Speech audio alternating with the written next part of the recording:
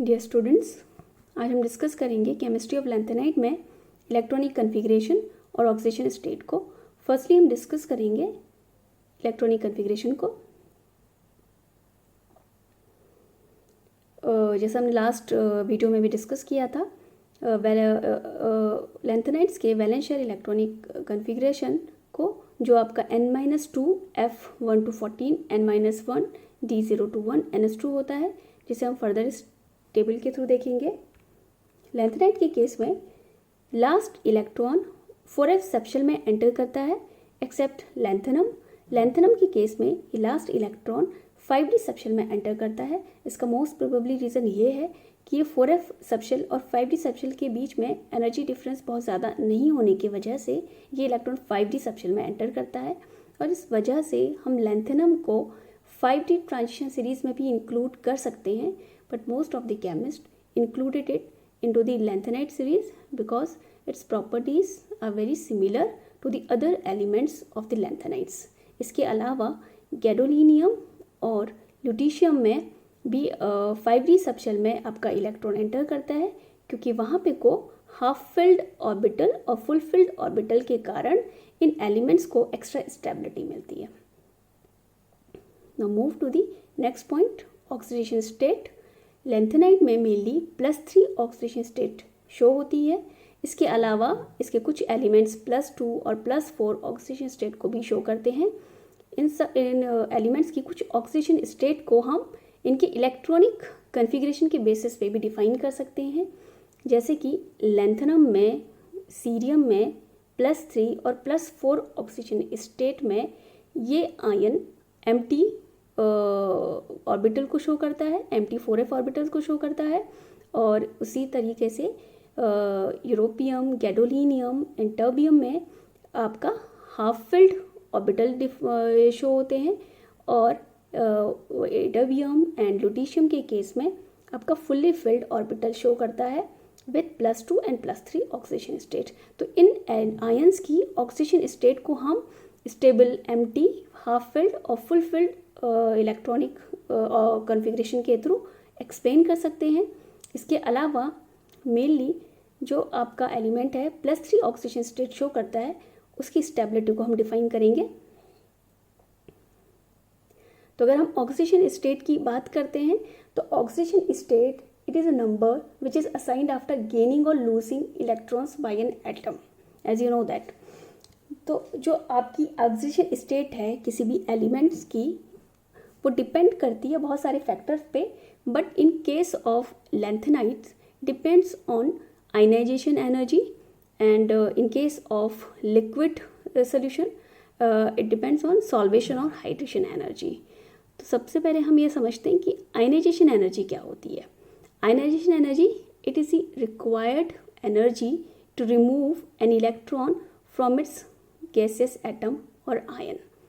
तो in case of lanthanide first 3 ionization energies are very comparable to each other। अगर हम इसको graph के थ्रू देखते हैं तो यहाँ पे हम देखते हैं ये तीन जो फर्स्ट 3 जो आयनाइजेशन एनर्जी है, इनके एनर्जी में बहुत ज़्यादा डिफरेंस नहीं है। तो इस वजह से लैंथेनाइट इजीली +3 ऑक्सीडेशन स्टेट को शो करता है। बट अगर हम 4th आयनाइजेशन एनर्जी को देखते हैं तो थर्ड आयनाइजेशन एनर्जी और 4th आयनाइजेशन एनर्जी के बीच में बहुत बड़ा गैप है। इसका मतलब ये है कि 4th आयनाइजेशन एनर्जी को अटेन करने के लिए, यानी कि 4th इलेक्ट्रॉन को वैलेंस शेल से रिमूव करने के लिए हमें इतनी ज़्यादा एनर्जी की रिक्वायरमेंट होगी, और इसी वजह से generally lanthanide ion higher oxidation state show नहीं करता है। और इसका मेनली इसका जो रीज़न वो ये है कि जो after +3 oxidation state 4f subshell के जो इलेक्ट्रॉन्स होते हैं they strongly pulled by nucleus, और because 4f electrons are the closest to the nucleus as compare to the 5d and 6s electrons. और इस वजह से 4th इलेक्ट्रॉन को लैंथेनाइट आयन से रिमूव करना बहुत डिफ़िकल्ट हो जाता है, और इसी वजह से ये हायर ऑक्सीडेशन स्टेट को शो नहीं करते हैं। अगर हम लिक्विड और एक्वस आयन में +3 ऑक्सीडेशन स्टेट की स्टेबिलिटी के बारे में बात करते हैं तो उसको हम डिफाइन कर सकते हैं हाइड्रेशन एनर्जी के थ्रू। और इससे पहले हम थोड़ा सा हाइड्रेशन एनर्जी को समझेंगे कि हाइड्रेशन एनर्जी क्या होती है। जब हम किसी आयन को एक्वस वाटर पे डिज़ोल्व करते हैं तो जो उसके कॉन्स्टिट्यूएंट पार्टिकल्स होते हैं दे आर सराउंडेड और solvated by this water molecules, and in this process the release energy is called hydration energy. This hydration energy is responsible for the stability of this hydrated molecule. तो जितना ज़्यादा आपकी hydration energy होगी उतना ही ये ion stable होगा। और ये हाइड्रेशन एनर्जी आपकी डिपेंड करती है उस आयन के साइज पे और चार्ज पे। It is directly proportional to the charge and inversely proportional to the size, यानी कि चार्ज जितना आयन का ज़्यादा होगा हाइड्रेशन एनर्जी उतनी ही ज़्यादा होगी, और साइज जितना छोटा होगा हाइड्रेशन एनर्जी उतनी ही ज़्यादा होगी।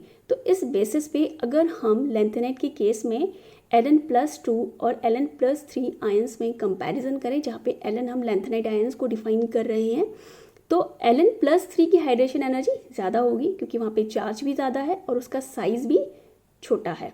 क्योंकि जैसे जो चार्ज आपका बढ़ता जाता है किसी आयन का, उसका साइज़ क्या होता है, छोटा होता जाता है।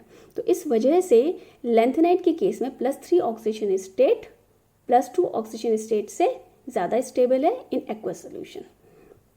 तो ये सारे फैक्टर्स मिलके लैंथेनाइट की +3 ऑक्सीडेशन स्टेट को क्या करते हैं, स्टेबलाइज करते हैं। तो आई होप आप लोगों को ये आज का वीडियो समझ में आया होगा और आपको ये सारी चीज़ें बाकी डिस्क्रिप्शन में मिल जाएंगी। और अब नेक्स्ट वीडियो लेके हम जल्दी आपके पास आएंगे। Thank you.